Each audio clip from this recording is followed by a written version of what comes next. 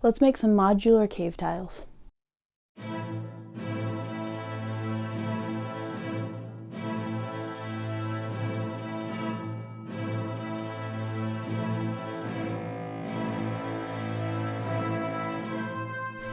Welcome to OK Miniatures. So to start out with, I cut up a bunch of 3x3 and 6x6 tiles. This is because I'm using a 3x3 grid, and 6x6s are nice medium size that are a little bit bigger than that. I use my knife, but if you have a hot wire, by all means use that. You'll probably get more square edges than I got. So start out with, I'm going to take a hairdryer and try to melt some little divots and interesting places in these guys. I have no idea how well this is going to work. I think I've tried it before with a different hairdryer and it did not work, but hopefully this guy's nice and warm.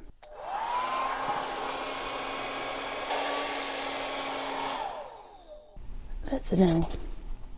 My heat gun was working a little bit, but it was taking a really long time, so I decided to switch over to a lighter, which started working immediately, and it looks pretty good, I think. So I'm gonna switch over to using that. I also got my masks because melting foam is kind of nasty. Also a little smoky from this guy, so don't really want to breathe that in. I got the windows cracked and should be good to go. But there's a problem with lighters. They aren't really made to be on continuously for a few minutes. So after a few tiles were done, the lighter was dying. So I needed a plan B. Plan B is to use the lighter to light something that's not the lighter. A candle. Wow. What a great idea.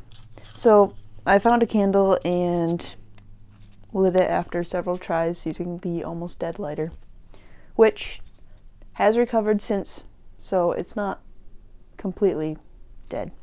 Anyway, using the candle, I got very fast results and I could do a bigger area. It actually put out quite a bit of heat. I was surprised by how quickly it melted these guys. So I did some experimentation with how deep and whatnot I wanted the cuts.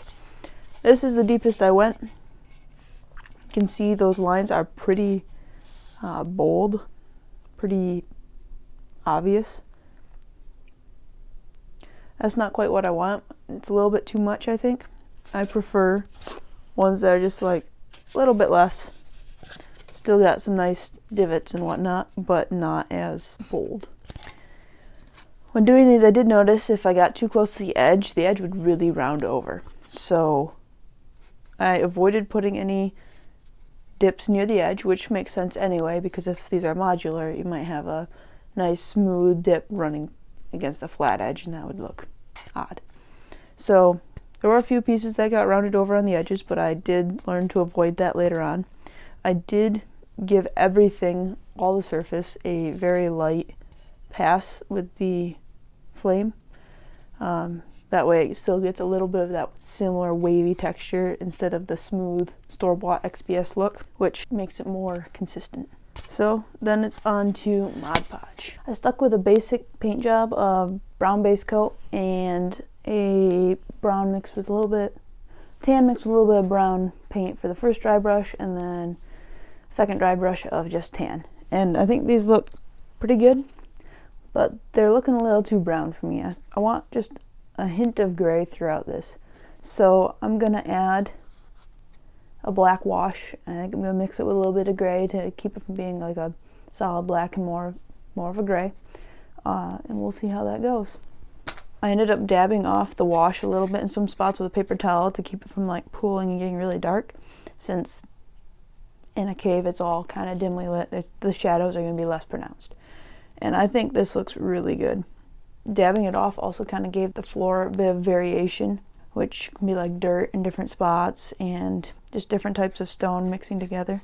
I think I would, if I make these again, cut up a few more of these little guys, these little corner pieces. That way for like a dungeon crawl or something, you can have little winding halls and wider halls and like just like a more of a cave feel, narrow corridors. It just gives a lot more flexibility. I'm really happy with how these turned out. So I'm gonna get this set up with the mountain. You can take a look at it all together.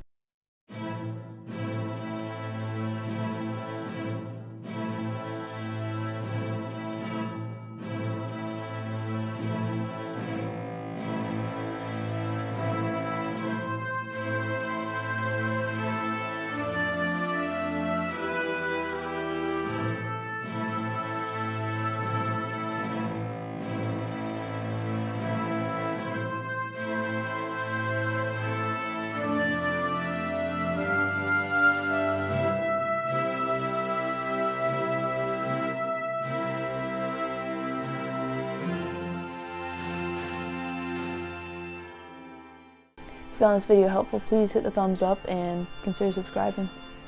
With that, I'll see you in the future.